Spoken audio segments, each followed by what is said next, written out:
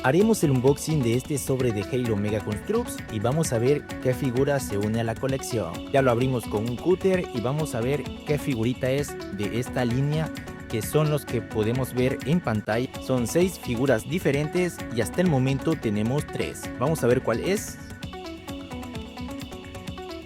Y por aquí vemos que es el dorado. Es este dorado de aquí.